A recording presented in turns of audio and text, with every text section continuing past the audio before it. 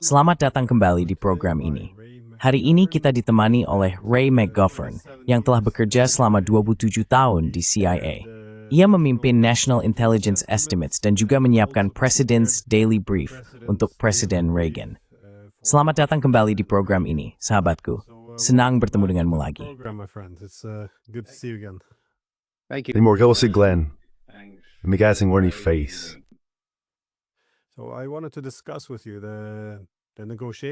Jadi, saya ingin membahas dengan Anda tentang gaya negosiasi Presiden Trump yang tampaknya dibangun di atas tekanan maksimum dan ancaman, tentu saja.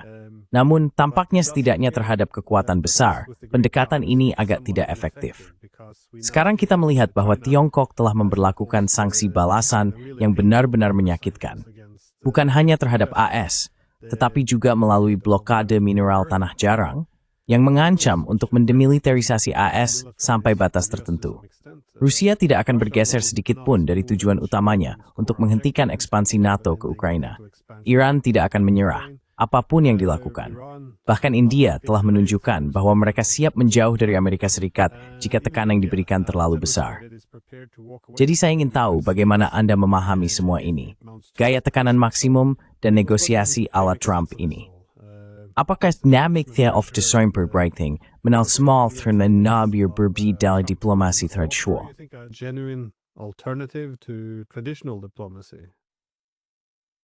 Well, it's an alternative, all right. I'm tempted. Ya, itu memang sebuah alternatif. Saya tergoda untuk mengutip seseorang yang dulu merupakan pelawak besar di masa saya, Jimmy Durante.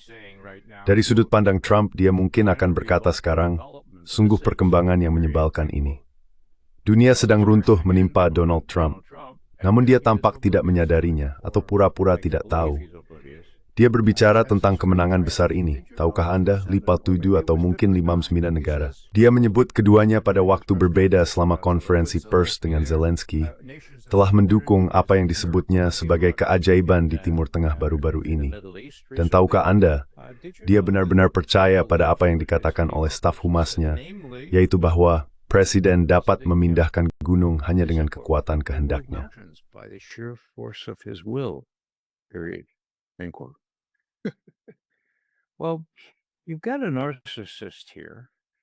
Nah, di sini kita punya seorang narsisis dan dalam kadar yang tinggi.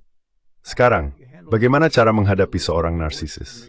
Bagaimana menghadapi seorang narsisis yang agak terlepas dari realitas? Nah, Putin akhirnya menyadari bahwa caranya adalah ini berasal dari teman psikiater favorit saya, seorang psikiater pensiunan, tapi sangat terkenal dan dihormati. Saya memaksanya. Psikiater biasanya tidak suka membuat deskripsi psikiatris dari jarak jauh. Tapi inilah yang dia katakan. Ray, ini singkat ya. Ini sebenarnya diagnosis yang oke? Jika kamu ingin berurusan dengan seorang narsisis yang delusional, kamu harus mendap tenang, Kerry menunjukkan realitas. Realitas yang sebenarnya, tidak ditendahkannya. To him without demeaning him.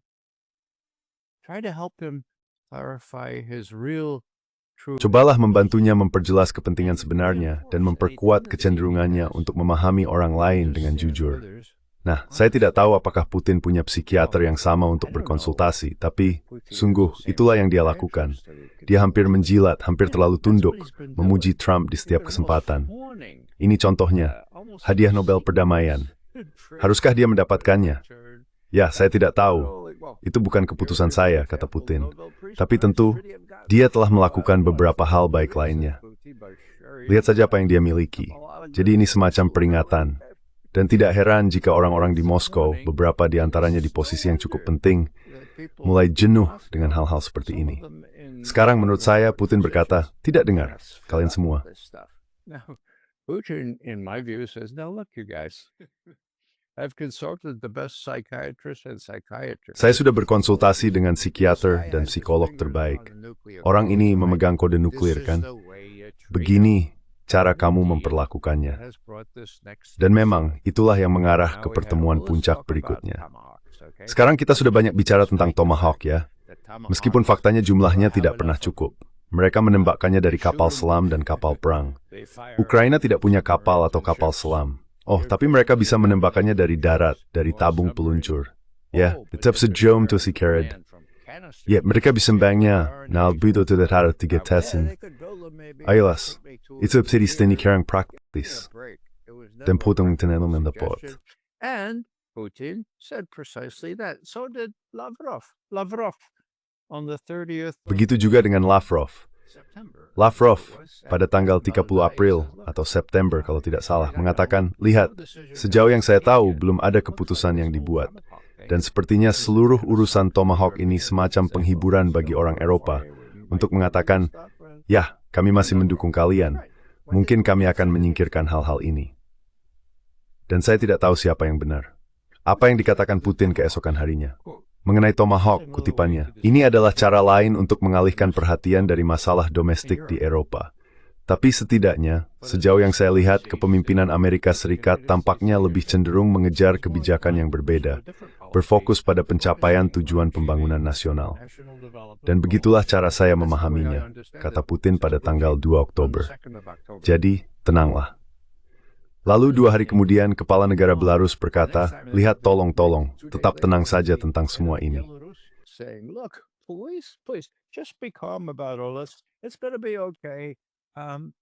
Semuanya akan baik-baik saja. Kamu tahu, kita hanya perlu melihat ini dalam perspektif yang tepat. Banyak orang Rusia yang mengatakan, lihat, ada kecenderungan untuk melebih-lebihkan. Dan kamu tahu, Maria Zakharova kembali mengatakan, lihat, ini adalah gaya. Kita harus berdamai dengan gaya ini. Jadi apapun pendapatmu tentang sikap menjilat ini, tampaknya hal itu berhasil. Dan menurutku itu hal yang baik. Jadi sekarang kita punya pertemuan puncak yang akan datang. Dan sebelum itu, tentu saja ada pertanyaan besar tentang Tomahawk. Selama 3 minggu terakhir, hal itu telah menjadi isu besar, meskipun sebenarnya tidak ada apa-apa di baliknya. Meskipun, seperti yang kukatakan sejak awal 3 minggu lalu, itu hanya pengalihan, sebuah kebohongan. Tidak ada Tomahawk yang bisa mencapai Ukraina dalam waktu yang cukup cepat untuk memengaruhi hasilnya. Oke?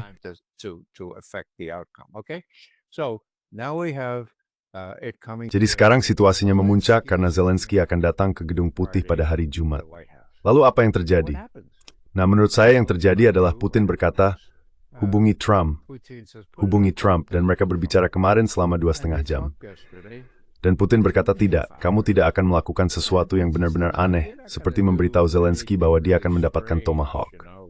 Trump berkata, ya, saya rasa tidak. Saya pikir kita punya jalan keluar dari itu. Saya akan mengatakan, bukan karena kita tidak mau, tapi karena kita tidak punya cukup, karena kita harus membela negara kita sendiri. Kita punya batas tertentu. Memang, itu benar. Jadi begitulah yang baru saja terjadi. Apa yang ditanyakan Zelensky, apa yang kamu sebagai pertanyaan kedua dari terakhir? Oke, pertanyaan kedua dari terakhir adalah, apakah Tomahawk akan dibahas? Are Tomahawks about to be discussed? They're going in behind closed doors, right? This is just... Mereka akan masuk ke ruangan tertutup, kan? Ini baru terjadi sekitar 1,5 jam yang lalu. Seorang koresponden, seorang jurnalis, bertanya, apakah Tomahawk akan dibahas? Baiklah. Lihat, kami bersimpati, tapi kami tidak ingin membocorkan hal-hal yang kami butuhkan untuk pertahanan nasional kami sendiri. Kami harus melindungi negara kami sendiri, kata Trump. Aku tidak bisa membaca sambil berputar di sini. Aku hanya menontonnya. Jadi menurutku, ya, aku bisa saja salah. Dan aku siap mengakuinya, bukan pertama kalinya. Tapi sepertinya Zelensky akan diposisikan pada tempatnya. Tidak ada Tomahawk. Kita akan bilang kita tidak punya cukup. Dan itu memang agak benar. Dan kau tahu, kau harus menyelesaikan urusan dengan orang Eropa, karena kita bersedia menjual apapun kepada mereka.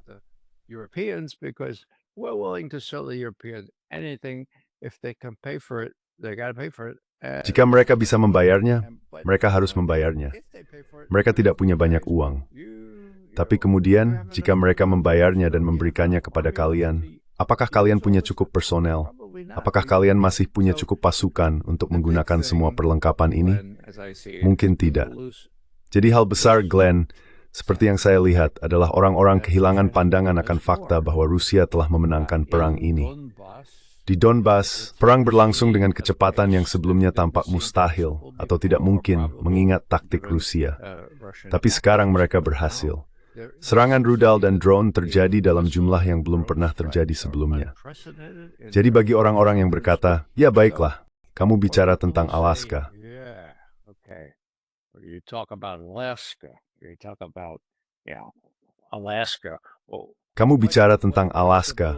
Seberapa besar fleksibilitas yang ditunjukkan Trump di and Alaska? my answer to that is, Dan jawaban saya adalah tidak ada. Dia sedang menang.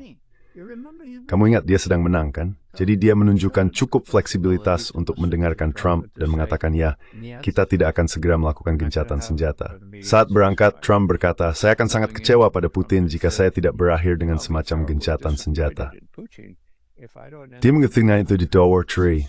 Sekarang, setelah Austin for gencatan senjata itu menangani. Itu menawar suri tur.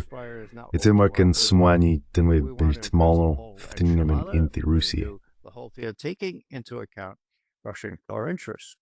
So, bottom line for me, Jadi intinya bagi saya adalah bahwa sekali lagi, bukan Zelensky tetapi negara-negara Eropa Barat yang tersingkir dan hanya menjadi penonton. Penonton yang suka menimbulkan masalah. Fokusnya sekarang ada di Budapest, dengan pemimpin Hongaria menjadi tuan rumah mereka, dan Trump dalam sesi tanya jawab terbarunya mengatakan, saya berharap akan ada 2 orang yang bisa saya ajak bicara. Kita akan berbicara dengan Presiden Putin terlebih dahulu, tapi kemudian kalau bisa. Nah, mereka saling membenci. Itulah masalahnya. Mereka saling membenci dan tak menyukai Zelensky. Jadi mungkin Zelensky bisa datang dengan Breda dan kita semrokum dan kita selalu fora. Apakah yang mereka siapa yang pemberitakan Trump setelah teman di Anchorage? of Trump after Anchorage, and whether it will happen or not, I don't know about this time. But once Zelensky, Dan apakah itu akan terjadi atau tidak, saya tidak tahu kali ini. Tetapi begitu Zelensky menyadari bahwa janji-janji dukungan penuh dari Eropa itu hanyalah janji kosong. Begitu dia menyadari bahwa dia tidak akan mendapatkan Tomahawk dan hal-hal semacam itu. Jika saya benar dalam menafsirkan apa yang mereka katakan menjelang pembicaraan hari ini, maka ada kemungkinan bahwa ketika Putin dan Trump bertemu, bahkan jika Putin meninggalkan ruangan dan Trump berkata, baiklah, Zelensky, masuklah. Ini yang sudah kami putuskan. Maka begitulah jadinya, oke? Dan hanya 2 hal lainnya. Salah satunya adalah 2 tujuan utama dari serangan ke Ukraina, yang bukan tanpa provokasi. Dan saya bisa membuktikannya. 2 tujuannya adalah demilitarisasi. the 2 aims were demilitarization. That means getting rid of most of the Ukraine. Itu berarti menyingkirkan sebagian besar angkatan bersenjata Ukraina yang telah dibangun sesuai standar NATO sejak 2014. Baiklah, menyingkirkan mereka. Dan itu sudah tercapai sekitar 90%. Sekarang hal lainnya, denazifikasi. Itu masalah yang jauh lebih sulit. Apakah Rusia akan puas dengan rezim yang memuji orang-orang seperti Parubi dan kaum fasis lainnya? Orang-orang yang menunjukkan keberanian mereka selama Perang Dunia II? Saya rasa tidak.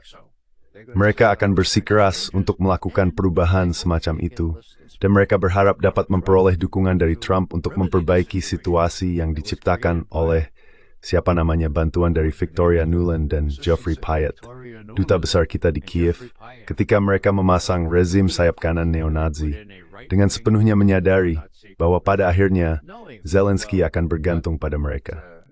Zelensky would eventually have to depend on. So it's complicated, but not that much. Jadi ini rumit, tapi tidak terlalu. Saya pikir Trump sudah sangat jelas bahwa dia yakin Putin menginginkan sebuah penyelesaian. Putin sebenarnya menginginkan lebih dari sekadar gencatan senjata. Dan dia mungkin akan mendapatkannya jika Trump punya andil dalam hal itu. Jadi kita lihat saja.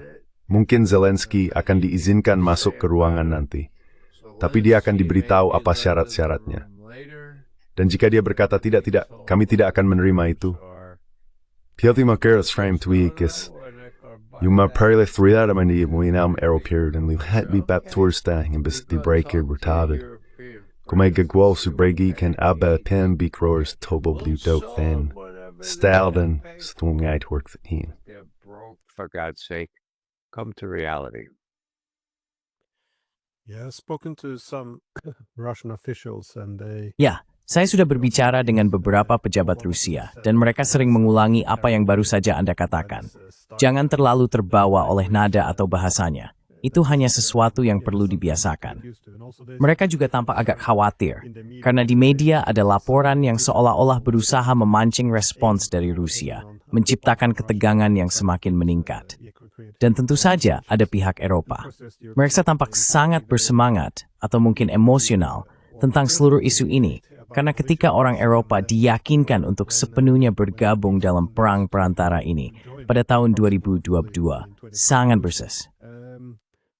Well, the circumstances were quite different. Now we see the Europeans essentially have to pay for it. Sekarang kita melihat bahwa orang Eropa pada dasarnya harus membayar untuk semuanya. Mereka tidak punya suara dalam bagaimana hal ini akan berjalan. Masa depan Ukraina akan diputuskan di Washington dan Moskow, tetapi mereka harus menanggung semua biayanya. Mereka harus menanggung semua konsekuensi perang yang sebenarnya sudah mereka kalah, atau setidaknya mereka hampir kalah. Jadi mereka tidak punya strategi, tidak ada rencana. Mereka hanya berharap sesuatu akan terjadi. Lalu Trump, seperti yang kita tahu, melontarkan referensi tentang Tomahawk. Dan mereka semua bersikap ini akan memiliki Wunderwaffe yang akan mematikan dan mendominasi Barat seperti semula. Namun kenyataannya tidak demikian.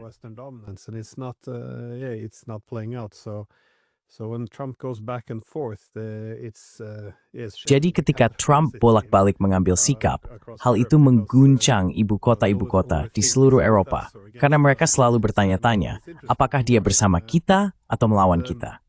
Menarik untuk disaksikan. Tapi dari pengalaman Anda di bidang intelijen dan analisis kebijakan, penggunaan ancaman yang konsisten ini, karena Trump memang menggunakan ancaman militer, sanksi ekonomi, dan hinaan pribadi, bagaimana Anda melihat hal itu? Dia cukup sering melontarkan hinaan pribadi, omong-omong, dan itu cukup buruk. Di Mesir, dia agak menghina sambil memuji mereka. Dia baru saja bertemu dengan Zelensky dan mencoba mengatakan betapa hebat penampilannya dengan jaket kecilnya. Maksud saya, cara dia memperlakukan para pemimpin asing dan merendahkan mereka itu benar-benar luar biasa. Apakah Anda punya pengalaman dengan hal seperti ini dalam negosiasi internasional? Do you have an experience from this in international negotiations? Well, experience with presidents now. Nah, pengalaman dengan para presiden, saya sudah pensiun sebelum George W. Bush. Tapi ingat, dia dulu suka memberi semua orang julukan, tahu kan? Itu sindrom yang sama. Kamu merendahkan orang dengan memberi label sesuai keinginanmu, bukan dengan nama asli mereka. Itu cepat sekali terasa membosankan, tahu? Cepat membuat jenuh, kecuali bagi seseorang yang setenang, sekalem, dan seterkendali seperti Vladimir Putin. Dan saya bersyukur kepada Tuhan untuk itu.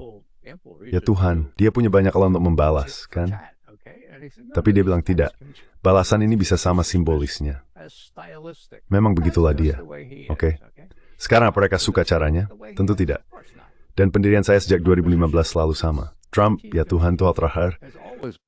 Trump, my God, that's the last thing. Trump will be the last person that the Russians... Trump akan menjadi orang terakhir yang diinginkan Rusia sebagai Presiden Amerika Serikat dengan jarinya di tombol kode nuklir. Hal yang paling dihargai oleh Rusia di atas segalanya adalah keandalan, kemampuan untuk dilindungi, dan prediktabilitas. Dan Putin sudah cukup jelas mengatakan hal itu. Itulah sebabnya sejak awal saya berpikir bahwa dongeng ini, bahwa Rusia tidak hanya lebih memilih Trump, tetapi juga membantunya menjadi presiden, benar-benar tidak masuk akal. Aneh. Oke. Sekarang telah terbukti bahwa itu memang aneh. Itu adalah operasi oleh pihak negara dalam, media, dan Partai Demokrat. Sebuah masalah yang sulit diurai, dan meskipun saya menghargai para jaksa yang berusaha meminta pertanggungjawaban orang-orang ini saat ini, mereka menghadapi perjuangan yang berat.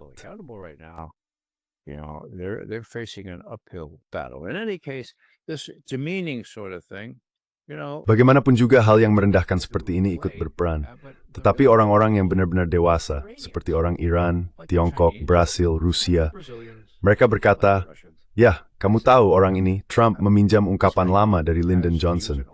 Dia punya topi besar tapi tidak punya ternak. Dia tidak menyadari bahwa pergeseran di dunia, keseimbangan kekuatan, telah bergeser jauh ke sisi ini. Dia berusaha mempertahankan dengan segala cara keadaan seperti dulu. Sekarang, apa artinya ini dalam kenyataan? Nah, salah satu wujudnya adalah penggunaan bahasa yang kasar. Saya akan memberi contoh. Saya dari Bronx. Kami suka memberi contoh. Saya akan beri satu contoh. Ada Victoria Nuland dalam percakapannya dengan Jeffrey Pyatt.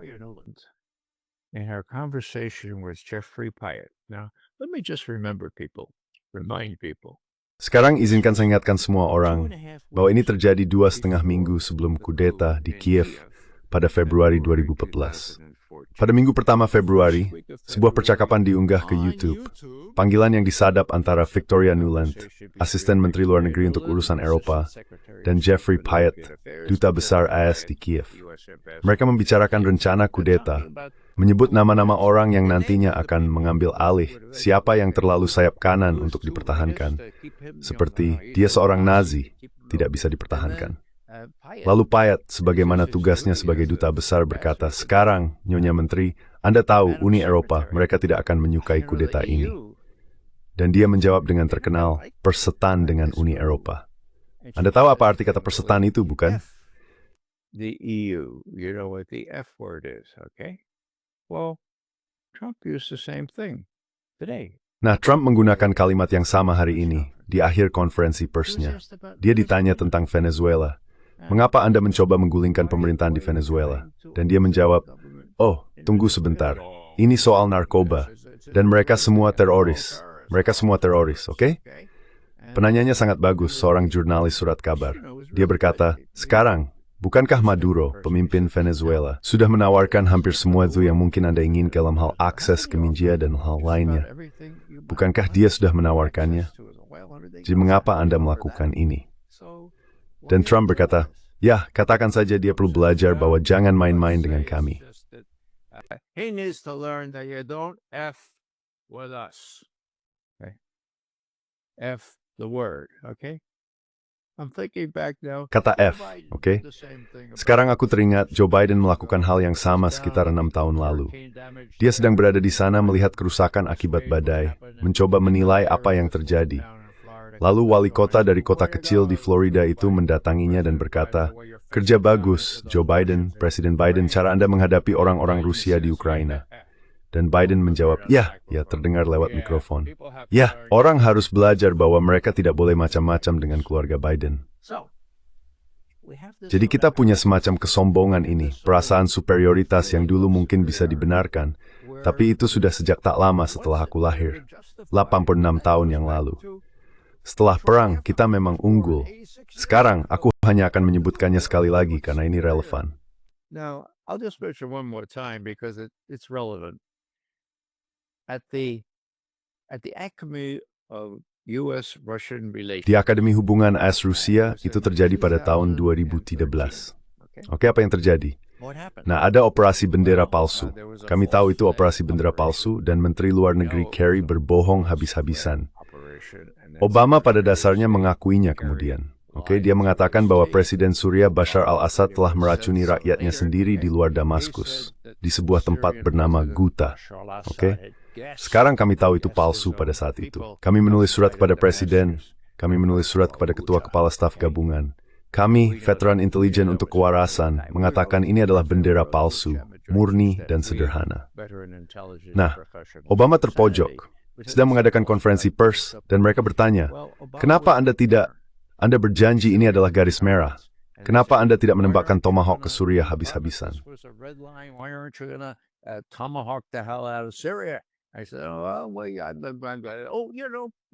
Saya bilang, "Oh, kamu tahu, mungkin saya akan meminta izin kepada Kongres." Meminta izin kepada Kongres. Ya, seperti yang tertulis dalam konstitusi, seharusnya kamu meminta izin kepada Kongres sebelum memulai perang baru.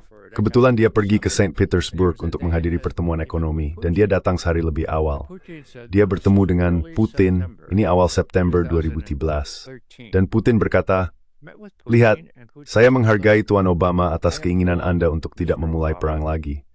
Dan saya akan mempermudah Anda, karena saya baru saja meyakinkan pihak Suriah untuk menyerahkan semua senjata kimia mereka, apapun bentuknya, untuk dimusnahkan di bawah pengawasan PBB, di kapal yang secara khusus dilengkapi untuk menghancurkan senjata kimia." Obama berkata, "Apa? Kamu sudah melakukannya?" Dan besok, kata Putin, Menteri Luar Negeri Suriah akan mengumumkannya. You see, Member Chair. The Syrian foreign minister is going to announce it. What do you think? Obama says, "So why don't I have to?" Obama berkata, "Jadi kenapa aku tidak perlu berperang ya?" Dan Putin menjawab, "Ya." Dengan kata lain, Putin berhasil menyelamatkan dirinya dari masalah. oke? Dan kesepakatan itu tercapai tanpa Kerry. Kerry sedang berkeliling Eropa Barat, berusaha menggalang dukungan untuk perang melawan Suriah. Akhirnya, Obama berkata kepadanya, "Dengar John, maaf soal ini, tapi kami sudah mencapai kesepakatan di sini. Kamu kembali saja ke Jenewa dan urus detailnya." Dan memang, pada akhir September, kesepakatan itu tercapai. Sekarang, apa maksud saya di sini? Nah, itu adalah masa yang sangat menggembirakan bagi kami yang menyadari bahwa akhirnya Rusia dan Amerika tanpa John Kerry dan para neokon lainnya mampu mencapai kesepakatan untuk menghindari perang, oke? Lalu pada tanggal 12 September, Putin menulis sebuah opini di The New York Times. Sebuah opini. In the New York Times. Op-ed in the New York Times. Vladimir Putin, President. Dalam The New York Times, Vladimir Putin, Presiden Federasi Rusia, apa yang dia katakan? Dia memuji kesepakatan itu, mengatakan bahwa kita berhasil menghindari perang, dan dengar ini, saya sangat menghargai meningkatnya rasa saling percaya yang kini ada tidak hanya antara kedua negara kita, tetapi juga antara Presiden Obama dan saya secara pribadi. Namun seperti yang Anda tahu, orang Rusia memiliki akah, selalu ada pukulan pamungkas. Namun, saya harus forward, sir, saya tidak setuju dengan apa yang dikatakan Presiden minggu lalu dalam pidato penting tentang istimewa, bahwa beberapa negara lebih istimewa. Saya pikir setiap negara berbeda. Mereka berbeda dalam kemajuan menuju demokrasi, dalam kemiskinan atau kemakmurannya. Advancement or democracy in their poverty or their enrichment or their they differ in many ways, but when I look at all these Mereka berbeda dalam banyak hal. Tapi ketika saya melihat semua negara ini, saya pikir Tuhan memandang mereka semua sebagai berbeda, diciptakan setara. Penasaran dari mana kita mendapatkan ungkapan diciptakan setara itu? Itulah yang dia tulis di The New York Times. Itu paragraf terakhirnya.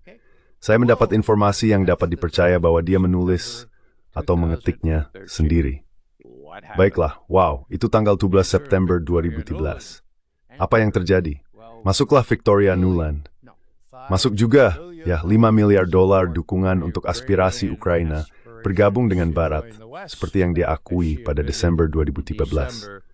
Dan kemudian terjadilah kudeta, satu-satunya kudeta yang saya tahu, dan saya cukup paham soal kudeta, yang diiklankan 2,5 minggu sebelumnya di YouTube.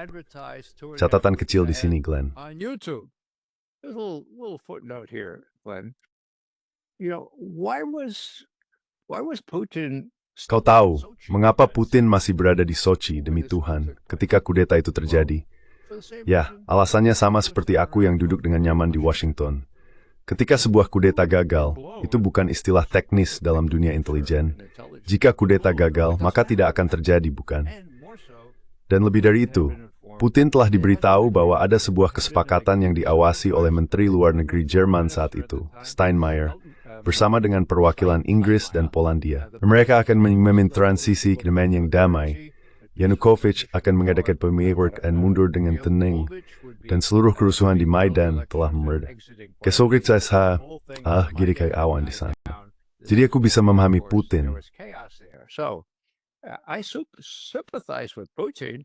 He wanted to close up the Olympics, and he waited to do that. Dia ingin menutup Olimpiade terlebih dahulu, jadi dia menunggu untuk mengumumkan. Lalu dia kembali. Keesokan harinya 15 Februari 2014, dia mengumpulkan para pejabat keamanan nasional dan jenderal, lalu berkata, apa hal pertama yang harus kita lakukan di sini? Dan mereka menjawab dengan cukup masuk akal, ya, hal terakhir yang kita inginkan adalah Crimea, dan satu-satunya pangkalan angkatan laut kita yang bebas es sepanjang tahun menjadi bagian dari NATO. Jadi kita harus menangani itu. Lalu apa yang terjadi? Putin berkata, ya Tuhan, bukankah Crimea dulu bagian dari Rusia? Dan memang benar, begitu adanya. Jadi apa yang terjadi? Oh, ketika Stalin meninggal, Khrushchev yang sangat dekat dengan para penguasa Ukraina dan lahir tepat di perbatasan Ukraina membutuhkan banyak bantuan.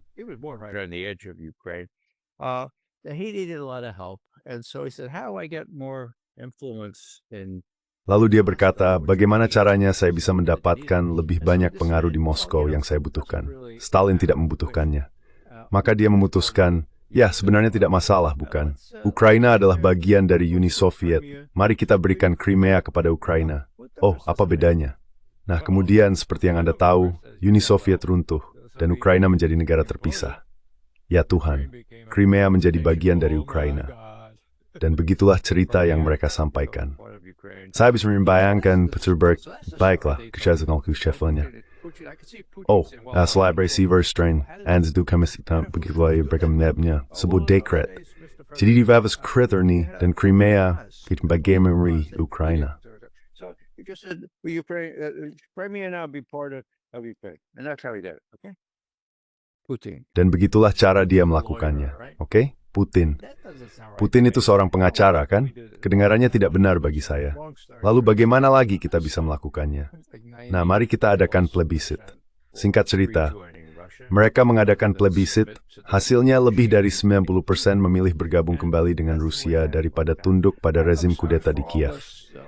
Dan begitulah kejadiannya. Maaf atas semua pelajaran sejarah ini. Tapi saya ingin menunjukkan bahwa pada pertengahan September 2013, itu adalah titik tertinggi terbaru dari detente. Munculnya hubungan yang lebih akrab antara Putin yang berpikiran tenang dan seseorang seperti Obama, yang melihat lebih banyak manfaat dalam bernegosiasi daripada melakukan perang yang sebenarnya tidak ingin ia lakukan. Lalu pada Februari, apa itu 2 bulan kemudian? Silakan hitung sendiri. Saya rasa sekitar 6 bulan. Oke? It's about 6 months, right? Okay. All of a sudden, Victoria Nuland and that crew. Tiba-tiba saja Victoria Nuland dan kelompoknya berhasil meyakinkan Obama untuk menoleransi kudeta di Kiev. Maksud saya apa yang bisa salah? Mungkin kita akan mendapatkan Crimea. Jika kita tidak mendapatkan Crimea, jika Rusia merebut Crimea, ya Tuhan itu akan menjadi noda besar bagi Rusia dan kita bisa unggul. Hal terakhir yang akan saya katakan di sini, Glenn, dan ini mungkin hal yang paling penting. Apapun yang bisa dikatakan tentang Obama, dan ada banyak hal yang bisa dikatakan tentang Obama, setidaknya dia cukup masuk akal. 10 tahun lalu pada 2015, untuk mengatakan secara terbuka, lihat, hal terburuk yang bisa kita lakukan untuk orang-orang Ukraina adalah memberi mereka gagasan bahwa mereka bisa menang melawan Rusia yang jauh lebih kuat. Ya. Over a much stronger Russia. And he had a deputy secretary. Dan saat itu dia memiliki wakil menteri luar negeri. Maaf jika saya sudah pernah menceritakan kisah ini sebelumnya, tapi ini layak diulang. Wakil menteri luar negeri itu berkata, ya Pak Presiden, Anda benar sekali. Untuk setiap senjata yang bisa kita berikan kepada Ukraina, Rusia bisa menandingi, lalu menggandakan, lalu melipat gandakan 3 kali, lalu 4 kali. Titik, kutipan selesai. Sekarang siapa wakil menteri luar negeri itu? Namanya Tony Blinken. Saat itu dia benar. Lalu Biden masuk dan berkata, ya tidak. Mungkin kita bisa melakukan ini, mungkin kita bisa mempensian Rusia dan menggunakan Ukraina. Jadi kita telah menggunakan Ukraina, seperti yang dulu mereka katakan, sampai orang Ukraina terakhir, atau lebih tepatnya Ukraina selama yang diperlukan. Oke? For as long as it takes, okay? And even Trump, about 3 months ago, admitted. Bahkan Trump, sekitar 3 bulan yang lalu mengakui secara terbuka di sebuah konferensi pers bahwa Ukraina telah berjuang dengan sangat kuat dan gagah berani, tetapi mereka tidak sebanding dengan Rusia yang jauh lebih kuat. Sekarang, Biden tidak cukup cerdas untuk menyadari hal itu. Obama tahu, begitu juga Trump. Jadi masih ada harapan di sana. Saya pikir Trump benar-benar ingin menyingkirkan beban ini. Begitu juga Putin. Putin tidak perlu memberikan banyak konsesi karena dia sudah menang. Yang dia inginkan adalah sebuah hasil yang membahas kepentingan inti seperti yang dari Rusia, yang berarti tidak ada Ukraina di NATO, serta Ukraina yang demilitarisasi atau netral. A demilitarized or a neutral Ukraine. And one of the most sensible proposal that's Dan salah satu usulan paling masuk akal yang muncul beberapa minggu lalu dari teman kita bersama, Jeff Roberts, adalah, lihat mengapa kamu tidak mengikuti contoh Finlandia selama dan setelah Perang Dunia II. Itu kemungkinan yang jelas bagi Ukraina. Bersikaplah netral, demi Tuhan. Mungkin kamu harus melepaskan sebagian keinginanmu, tapi setidaknya kamu akan mempertahankan kedaulatanmu demi Tuhan. Dan kaya ingin makmur, seperti halnya Finlandia yang makmur 20 year of ups, kami dan umbikin motorskot secara yun, dari temen yang Nazi, kami tingin beraptat ng Rusia. Di mereka tidak berkompromer. Sekarang nga kamu berasa magbaik der Finley, sa. You're from a country near Finland. You know that story better than I do, and you're more. Kau tahu cerita itu lebih baik dariku. dan kau adalah sejarawan yang lebih berpengalaman daripada aku. Tapi ada solusi yang jelas untuk hal ini. Aku hanya berharap Trump membawa beberapa orang yang tahu sedikit tentang sejarah dan tahu sedikit tentang fakta bahwa Jenderal Clark berbohong habis-habisan ketika dia mengatakan Rusia sedang kalah, ketika dia mengatakan ekonomi Rusia sedang merosot. Mereka bisa saja mengatakan kepada Presiden, lihat, Jenderal itu bermaksud, tapi dia juga pernah di Vietnam, dan dia terus mengatakan kepada Westmoreland dan Presiden bahwa kita juga sedang menang di Vietnam. Jadi dia sebenarnya belum benar-benar belajar dari pelajaran itu. So he hasn't really learned that lesson. So that's my take on what's likely to happen. Jadi, itulah pandangan saya tentang apa yang kemungkinan besar akan terjadi. Semoga saja ketika mereka berkumpul. Nah, Trump sekarang mengatakan bahwa itu akan terjadi dalam 2 minggu di Budapest, dan itu akan menjadi bab berikutnya dalam hal ini. Poin utamanya adalah, meskipun ada perlawanan, seperti yang dikatakan teman kita Gilbert Doctorow, ada banyak pertanyaan di kalangan sosial dan politik Soviet. Mengapa Putin begitu percaya? Mengapa dia selalu mengatakan bahwa Trump jujur dan benar-benar ingin mengakhiri perang ini? Hal ini muncul dengan cara yang sangat spesifik sekitar 10 hari yang lalu, ketika Wakil Menteri Luar Negeri, seorang pria bernama Sergei Ryabkov, berkata, "Ya Tuhan, semangat Anchorage telah habis atau padam, tergantung pada terjemahan kata Rusia itu." Depending on your translation of the Russian word. And he took a lot of criticism, open. Dan dia menerima banyak kritik, terbuka, spesifik, pribadi tentang hal itu dari atasannya, dari orang-orang dekat Putin, dan dari Putin sendiri. Sekarang ini adalah sebuah gejala. Maksud saya ada banyak orang yang sudah benar-benar dirugikan. Mungkin hal terakhir yang akan saya katakan tentang ini adalah mengenai Ryabkov. Siapa dia? Nah, dia pernah menjadi duta besar di sini selama bertahun-tahun di AS. Dia adalah orang paling berprestasi setelah Lavrov sebagai diplomat. Dia mungkin akan menggantikan Lavrov suatu saat nanti. Tapi, dia mengalami pengalaman yang benar-benar buruk. Baiklah, cukup dikatakan bahwa ketika Rusia menawarkan rancangan perjanjian mereka, yang sebenarnya bisa dengan mudah mencegah perang di Ukraina, dan Blinken berkata, kami bahkan tidak akan menanggapi itu, dan Stoltenberg dari NATO berkata tidak, ya, begitulah. Stoltenberg, we said no. Okay, well, there were people taking it seriously. Nah, ada orang yang menanggapinya dengan serius. Dan Putin serta Biden, perlu diingat, mengatur pertemuan di Jenewa pada tanggal 9 dan 10 tahun 2022, dengan Wendy Sherman memimpin kelompok dari Departemen Luar Negeri, dan seorang bernama Sergei Ryabkov memimpin delegasi Rusia. Jadi mereka bertemu pada tanggal 9, oke? Dan Ryabkov berkata, Senin, senang sekali bisa bertemu dengan Anda. Senang rasanya kita bisa melakukannya sambil makan malam. Kami sangat antusias.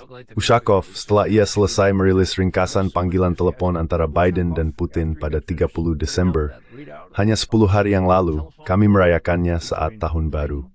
Itu luar biasa. Jadi mari kita langsung ke pokok pembicaraan. Mari kita negosiasikan komitmen yang dibuat Biden dalam panggilan telepon itu untuk tidak menempatkan rudal serangan ofensif di Ukraina. Not to put offensive strike missiles in Ukraine. And Wendy said, huh? Dan Wendy berkata, hah? Lalu Ryabkov berkata, apa maksudmu? Hah? Kamu tidak punya instruksi untuk menjabarkan ini di sini. Aku tidak pernah menerima pemberitahuan apapun. Oke. Itu terjadi pada tanggal 9 dan 10 Januari. Pada tanggal 21 Februari, sebulan kemudian, Lavrov menghadang Blinken, yang kebetulan sedang berada di Jenewa saat itu. Ia berkata, Tony, ada apa ini? Presidennya berjanji pada 30 Desember 2021 untuk tidak menempatkan rudal serangan ofensif di Ukraina. Kami pikir itu hal besar karena mencakup 5 dari 8 poin yang kami ajukan dalam rancangan perjanjian itu. Kami sangat senang.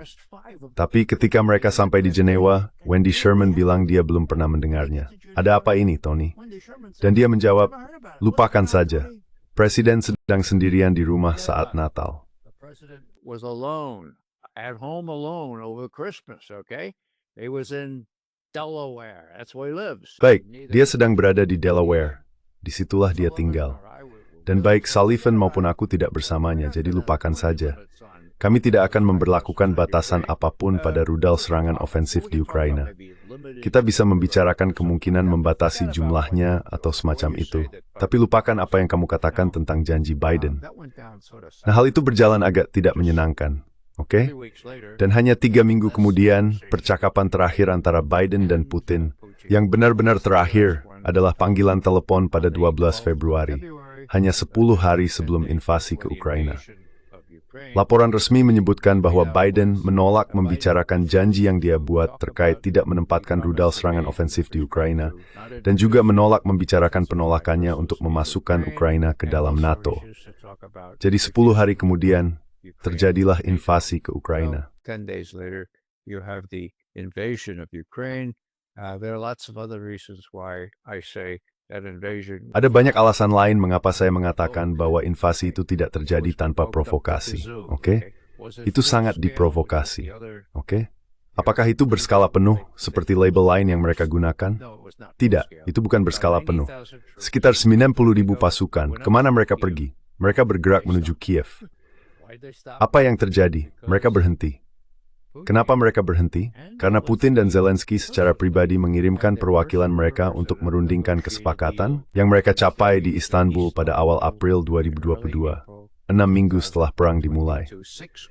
Dan sebagai tanda itikat baik, pihak Rusia yang telah memarkir tank-tank mereka di jalan raya, apa-apaan ini, di jalan raya, oke, mereka tidak terjebak di lumpur seperti yang banyak orang katakan. Mereka lewat di jalan raya, lalu menggunakan jalan yang sama, mundur, atau berbalik arah dan pulang.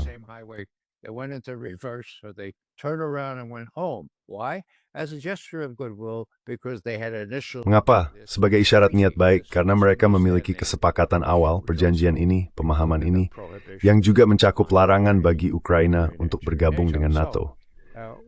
Jadi apa intinya? Itu bukan invasi skala penuh. Itu adalah invasi terbatas untuk menakut-nakuti Zelensky agar ia mau berunding dan berkata, baiklah, kami sekarang melepaskan niat untuk menjadi bagian dari NATO. Apa yang terjadi?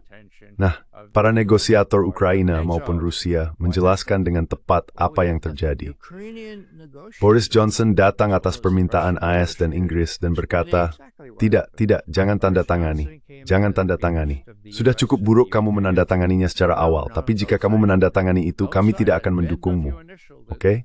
Tapi jika kamu tidak menandatanganinya, kami akan mendukungmu selama yang diperlukan. We'll support you for as long as it takes. And sadly, Glenn, now's the time. Dan sayangnya, Glenn, sekarang waktunya. Sudah memakan waktu selama yang dibutuhkan. Dan Trump menyadari bahwa tidak ada kemungkinan Ukraina bisa menang, apapun yang dikatakan penasihatnya, Jenderal Kellogg. Jadi dia ingin membuat kesepakatan dengan Putin. Putin lebih dari bersedia untuk membuat kesepakatan karena dia tidak ingin terjebak dalam perang seperti Vietnam di Ukraina.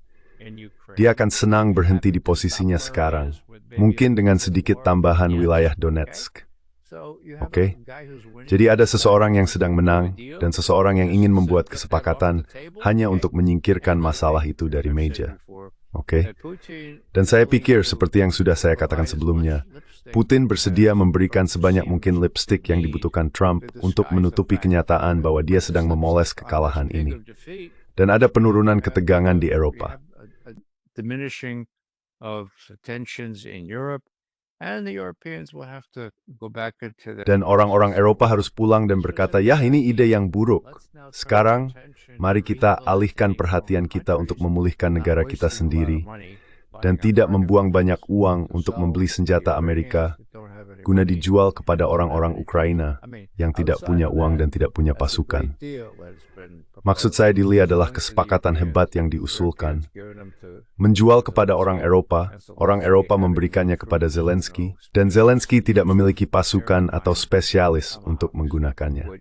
Perlu diingat, Tomahawk secara otomatis akan membutuhkan bertahun-tahun personel AS untuk mengoperasikannya dan semua sistem dalam proyek itu.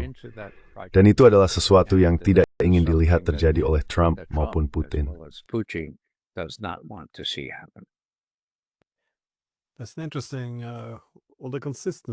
Itu menarik. Selama beberapa tahun terakhir, satu hal yang konsisten adalah semua narasi disusun dengan tujuan membantu Ukraina. Namun semua bantuan itu justru selalu berakhir dengan memperpanjang perang, memicu perang, dan tentu saja berjuang sampai orang Ukraina terakhir. Saya hanya punya satu pertanyaan terakhir tentang pertemuan mendatang di Budapest, karena seluruh urusan Tomahawk itu sekarang tampaknya mungkin, atau semoga saja, hanya bagian dari taktik negosiasi maksimalis Trump. Rasanya, kita sudah pernah melihat hal seperti ini sebelumnya. Terakhir kali dia mengancam lebih dulu. Kamu tahu, Putin diberi waktu 50 hari untuk menerima gencatan senjata tanpa syarat. Sekarang waktunya 12 hari. Lalu 12 hari itu berlalu, dan alih-alih memberlakukan sanksi yang melumpuhkan, dia setuju untuk bertemu dengan Putin, dan mereka pergi ke Alaska. Dan satu hal yang diminta Trump, gencatan of Krat and Hiat, and Ken Broad to witness staging. Trump had demanded an unconditional ceasefire and taken off the table. Now, Sekarang halnya sama. Dia mengancam dengan Tomahawk yang dianggap dioperasikan langsung oleh orang Amerika. Itu bisa menimbulkan konsekuensi. Kamu bisa saja memasang hulu ledak nuklir di salah satunya. Maksud saya, jika itu benar-benar terjadi, itu akan menjadi peningkatan ketegangan yang cukup besar. Dan kemudian, saat Zelensky naik pesawat menuju Washington, penuh semangat karena dia yakin akan mendapatkan beberapa rudal baru untuk membalikkan keadaan. Saya yakin kamu sudah melihat videonya. Dia tiba di AS, dan tidak ada seorang pun yang menyambutnya. Mungkin saat itulah dia mulai berpikir ada sesuatu yang tidak beres. Dan lagi, Trump menelepon Putin, dan alih-alih mengirimkan Tomahawk, mereka sepakat untuk bertemu. Jika saya tidak salah, pertemuan itu akan berlangsung minggu depan di Budapest, Hungaria. Menurutmu, apa yang bisa diharapkan dari pertemuan itu?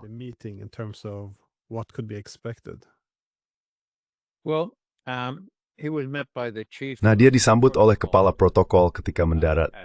Zelensky disambut begitu. Itu terlihat jauh lebih baik daripada jika dia hanya disambut oleh orang biasa. Jadi mungkin ada sedikit penghiburan di situ. Tapi kamu benar, itu sangat tidak sopan terhadap presiden suatu negara atau presiden yang disebut-sebut begitu.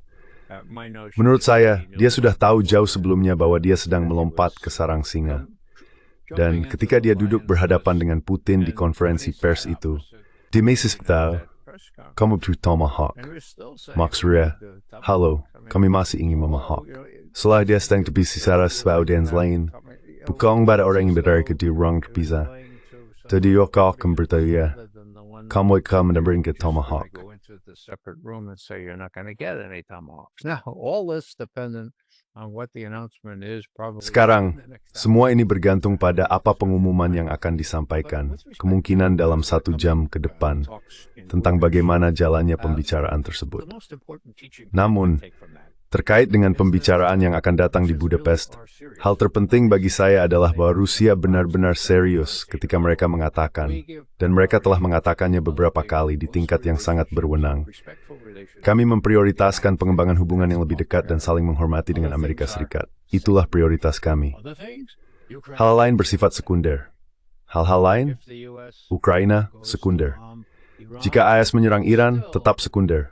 Venezuela, keterlaluan, tapi tetap sekunder.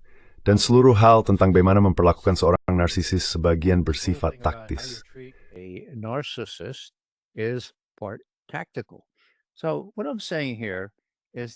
Jadi, yang saya maksud di sini adalah hal yang tidak biasa yang saya lihat berdasarkan pengalaman saya sebagai seorang Sovietolog atau Kremlinolog, adalah bahwa orang Rusia belum pernah sejelas ini dalam menunjukkan bahwa mereka memberikan prioritas mutlak untuk mengembangkan hubungan yang lebih baik dengan AS. Mereka tahu bahwa mereka mungkin masih memiliki Trump selama 3 tahun lagi, satu-satunya orang yang bisa mereka ajak bekerja sama. Mereka melihatnya jauh lebih fleksibel dibandingkan Biden. Maksud saya, mungkin itu pujian yang agak setengah hati, tapi begitulah. Dia sudah punya kesepakatan. Dan selain itu, kita sedang menang, kata Putin. Kita sedang menang. Itu hal besar, bukan? Jadi apa yang mereka lakukan? Kamu menyebutkan peringatan 50 hari itu. Gunakan Ukraina atau kalau tidak akan ada sanksi yang melumpuhkan. Rusia cukup mampu menghadapi sanksi, tapi apakah semuanya benar-benar buruk?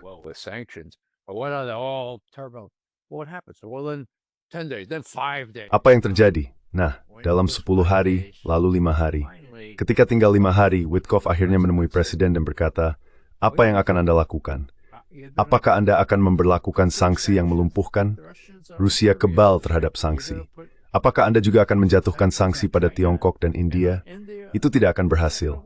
Biarkan saya pergi ke Moskow dan lihat apakah kita bisa membuat semacam kesepakatan. Begitulah kejadiannya. Trump berkata, baiklah, pergilah ke Moskow. Witkoff menghabiskan 2,5 jam bersama Putin, dan mereka memutuskan. Nah, ini satu cara untuk mengalihkan perhatian dari semua itu. Mari kita pergi ke Anchorage, mari bicara di Alaska, mari kita adakan pertemuan puncak. Dan kamu tahu, ada banyak hal yang menguntungkan bagi Putin di situ. Good stuff in that for Putin. He well acknowledged, he's treated royally, okay? Dia sangat dihormati. Dia diperlakukan dengan istimewa, oke? Dan yang paling menguntungkan bagi Trump, dia tidak perlu menindaklanjuti dengan sanksi yang melumpuhkan atau tarif besar-besaran terhadap Tiongkok, setidaknya untuk sementara, atau India. Ini hal yang gila. Hal itu masih bisa terjadi. Tapi yang saya maksud adalah, ini bukan pertama kalinya. Itu juga terjadi pada bulan Mei. Ada situasi serupa ketika Putin berkata, oke, kita akan pergi ke Istanbul dan berbicara dengan pihak Ukraina. Ya Tuhan, di setiap titik kecil dalam hal ini Rusia telah menyelamatkan Trump. Dan kali ini pun begitu. Jadi saya rasa Trump tidak akan memberi mereka Tomahawk. Oke? Jadi apa yang Putin sebagai tanggapan? Ya, kita akan bertemu dan berbicara. So what is Putin doing in reaction? Well, we'll meet and we'll talk. And this fellow who runs Ukraine. Dan orang yang memimpin Hongaria itu cukup baik. Dan hal itu akan menunjukkan semakin banyak perpecahan di Eropa. Orang-orang di Eropa tidak akan menjadi bagian dari ini. Mereka akan berpihak pada pihak mereka. Mungkin kepala pemerintahan Hongaria akan memberinya pengarahan 5 hari kemudian. Tetapi kita yang akan melakukan pekerjaan beratnya. Nah, apakah itu akan menghasilkan sesuatu? Ya, saya tidak tahu. Dan dalam satu hal, Putin sama sekali tidak peduli. Dia sedang menang, oke? Selama dia bisa mencegah hal terburuk terjadi, cukup. Dia ingin terus menang, sampai tidak ada lagi tentara Ukraina. Dan para ahli militer saya mengatakan hal itu kemungkinan akan terjadi sebelum akhir tahun ini. Jadi dia sabar, berhati-hati, dan sedang bermain untuk Trump. And he's playing to Trump. And if he can get Trump to cooperate in creating, dan jika dia bisa membuat Trump bekerja sama dalam menciptakan arsitektur yang lebih stabil, yang mempertimbangkan kepentingan keamanan Rusia, dan mencegah Ukraina menjadi bagian dari NATO, maka itu akan lebih baik lagi. Tapi dia tidak membutuhkannya. Dia bersedia bertemu Trump di tengah jalan. Dan apakah dia melihat Trump sebagai seseorang yang benar-benar tertarik pada perdamaian? Dan saya percaya dia memang begitu, meskipun sangat sinis tentang hal itu. Trump adalah satu-satunya orang yang bisa dia ajak bicara selama 3 tahun. Jadi inilah permainan yang sedang berlangsung.